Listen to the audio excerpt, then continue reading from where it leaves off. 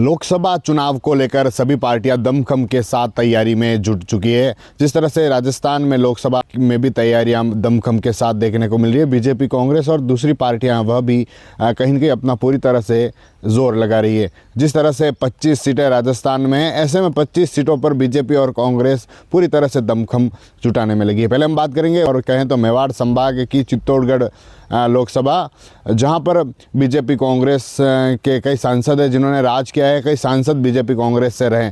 पिछले 2 चुनावों की बात करें तो सीपी जोशी हैं जो प्रदेश अध्यक्ष हैं, वह लगातार जो 2 बार जीते हैं और इस बार भी सांसद है। जिस तरह से गुलाब चंद कटारिया हो या फिर गिरिजा व्यास हो या फिर नरपत राजवी हो, यह इस सीट पर जो है सांसद का चुनाव लड़े हैं, सांसद रह चुके हैं।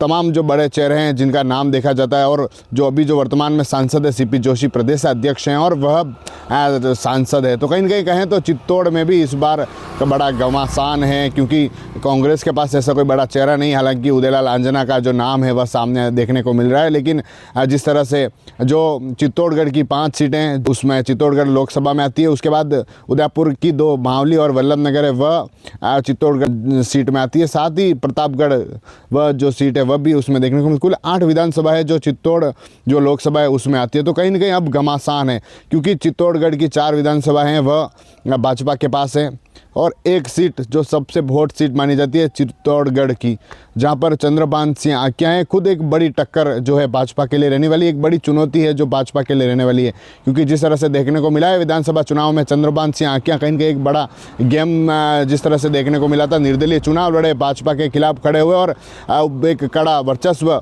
कहें तो उन्होंने अपना कायम किया और खुद चुनाव लड़े और अच्छे वोटों से जीते। तो कहीं न कहीं कहें तो भाजपा के और कांग्रेस के लिए जो चंद्रभान सिंह आक्या एक बड़ी चुनौती बनने वाले हैं। साथ ही जो दूसरी सीटों की बात करें तो उदयपुर की जो 2 विधानसभा आती है मावली और वल्लभनगर, उसमें भी कहीं न कहीं घमासान है, क्योंकि पिछले जो राज हुआ करता था जो भाजपा कांग्रेस थे, इस बार वल्लभनगर में तो अच्छा रहा, लेकिन मावली में जो कांग्रेस की सीट है तो कहीं न कहीं कहें तो दोनों जो सीटें हैं उस पर अच्छा भाजपा के लिए चुनौती होगी और कांग्रेस के लिए एक बड़ी चुनौती है। जिस तरह से 2 सीटें जो 2 चुनाव 14 के हो या फिर जो 18 का जो चुनाव था उसमें जो है भाजपा जीतती आई है, जो सीपी जोशी हैं वह जीतते आए हैं। और इस बार जो है भाजपा ने जो जिस तरह से देखने को मिला था प्रदेश अध्यक्ष सीपी जोशी को बनाया था, तो फिर से हो सकता है सीपी जोशी को मौका दिया जाए या फिर नया चेहरा लाया। लेकिन अगर सीपी जोशी को मौका देता है तो क्या चंद्रभान सिंह आक्या फिर से विरोध में होंगे, क्योंकि जिस तरह से विधानसभा चुनाव में देखने को मिला था खूब चंद्रभान सिंह आक्या ने सीपी जोशी के लिए खूब खरा खोटा सुनाया। उनके